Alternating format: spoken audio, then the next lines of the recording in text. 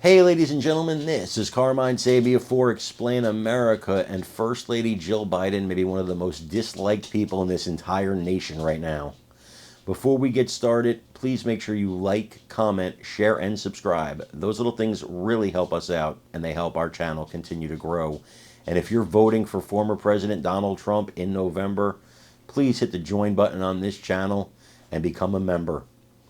Jill Biden, by most accounts right now, people believe she is pushing this man, Joe Biden, her husband, in a form of elder abuse so that she could hang on to her lavish lifestyle, her Vogue covers, traveling the world, being treated like a queen wherever she goes. And she's committing elder abuse. And we've seen videos go insane on the internet showing her really pushing this man. And no matter what you think about Joe Biden or his policies, or some of the evil things I think he's done in his life, to see this happen to an elderly man is sad and pathetic.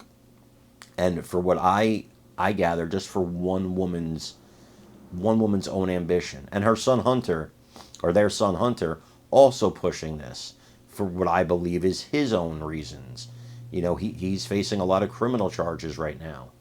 And those are the two leading voices pushing him to stay in this race. And I think it's absolute elder abuse. But I want you to listen to these two experts actually break down exactly what Jill Biden is doing and why she's doing it. And then I want you to leave your comments and let me know what you think. Do you think she's among the most evil people in the country? Let me know in the comments. Tudor, I want to ask you about this sort of the emergence of Jill Biden as a villain in this whole story. And just, I want to preface this by, let's say Jill and Hunter and the Biden family and Joe Biden's doctors and staff at the White House are covering up Joe Biden's condition.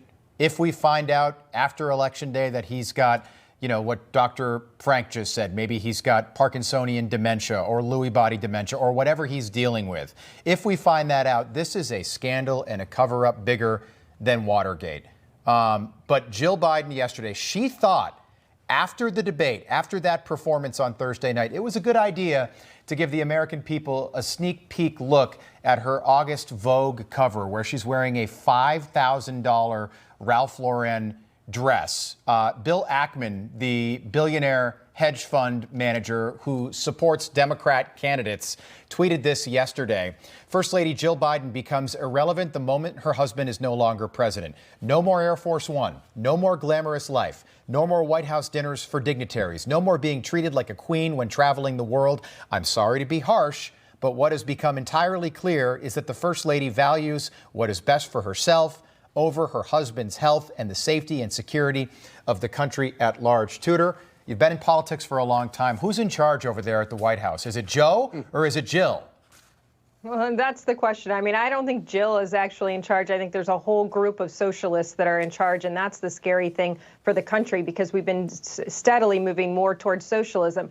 The scary thing about Jill Biden is exactly what he just said. She's more concerned about herself than her husband. And look, I can guarantee you that Senator Joe Biden, if he saw President Joe Biden right now, he would say to Jill, why are you letting this happen? This is so humiliating. Please stop. It's elder abuse, but it's also a very corrupt family who knows that their only chance of getting through Hunter's trials and all of the things that are coming is to make sure that Joe Biden is still propped up as president. And I say propped up because he's certainly not able to do it on his own, and that's quite clear. But to me, there is nothing worse than someone who is so arrogant that they would put their loved one, who they claim to have this great love story. Let's be honest, the Bidens have claimed a great love story for years. Well, a great love story ends with dignity, and this is pathetic. Yeah, it usually starts with dignity, too, by the way, and there are a lot of questions about that, but we don't have a lot of time in the segment. Yeah. Matt, about 15, 20 seconds. Just your thoughts. I mean, the power